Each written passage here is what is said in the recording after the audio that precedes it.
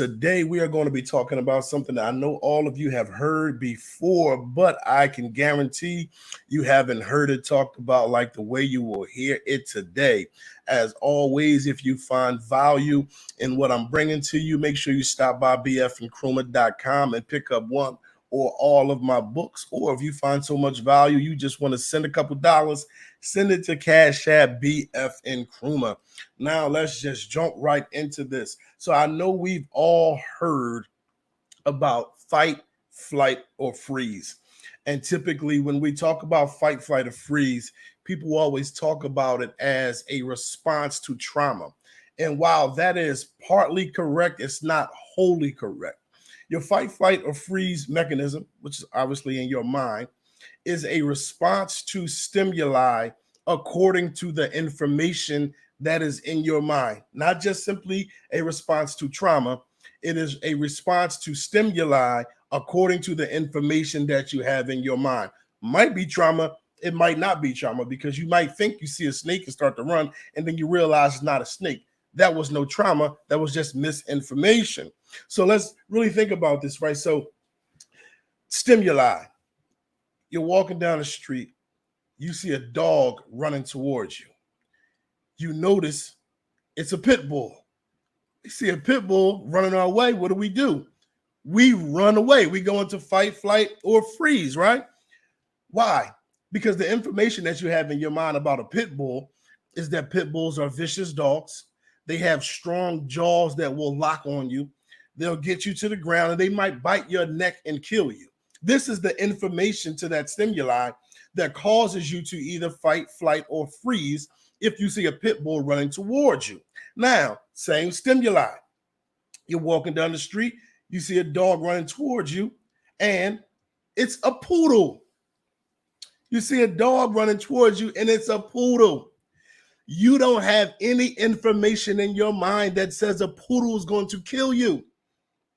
I don't know anybody who thinks that a poodle is going to come up and snatch them to the ground and kill them. It's the same stimuli, but you have different information, so you have a different response. So the reason why I'm bringing this up is because your fight, flight, or freeze response is when your body sees something that they perceive as a threat according to the information. Literally, when I say this, literally, your entire body comes together for one goal: to get you safe.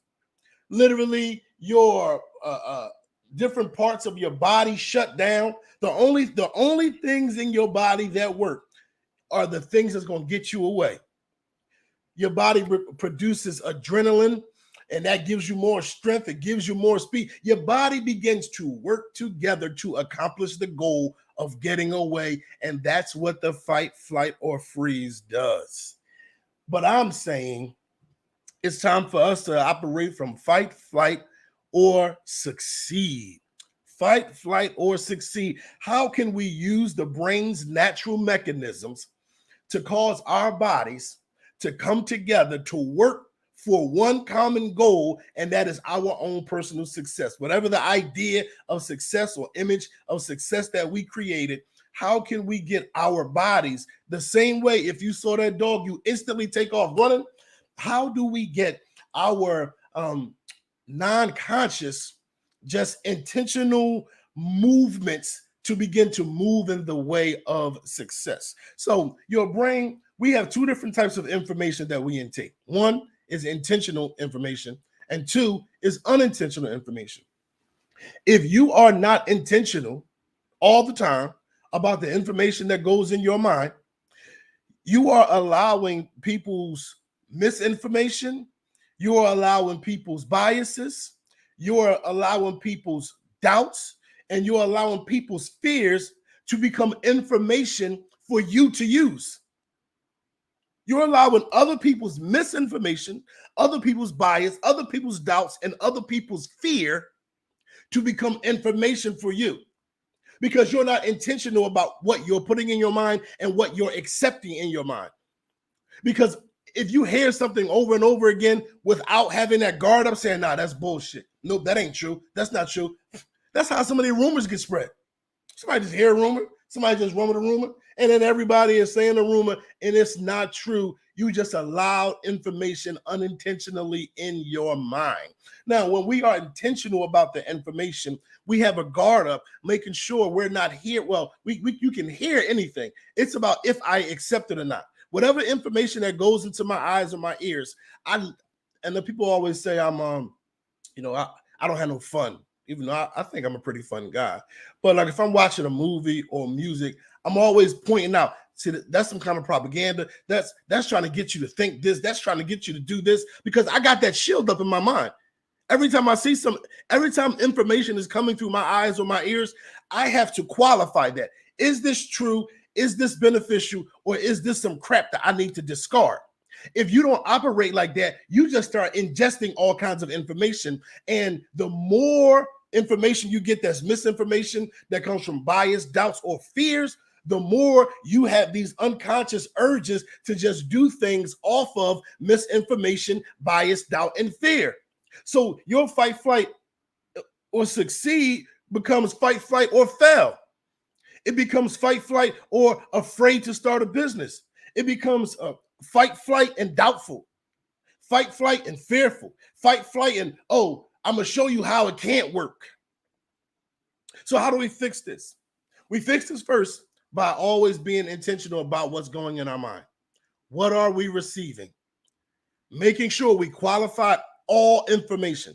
I know it might sound crazy, but you got to qualify all information. What you don't qualify when you hear it as a lie or qualify as something that's not beneficial for you, then that can become a part of your subconscious thinking. So qualify all information that comes into your mind. But then the most important part is be intentional about what you want to put in your mind. This is how your brain operates with information. All right, if you get a clear self-image, right? Everybody should pick up a copy of Psycho-Cybernetics. You get a clear self-image, right? What you want to be, who you want to be, how you want to look, how you want to walk, how you want to talk, how you want to dress, how you want people to respond to you, what your gifts and your talents are, what kind of car you drive, what kind of house you live in, what kind of money is in your account, how are you affecting the world, what kind of parent. I mean, when you get a full, beautiful self-image of yourself.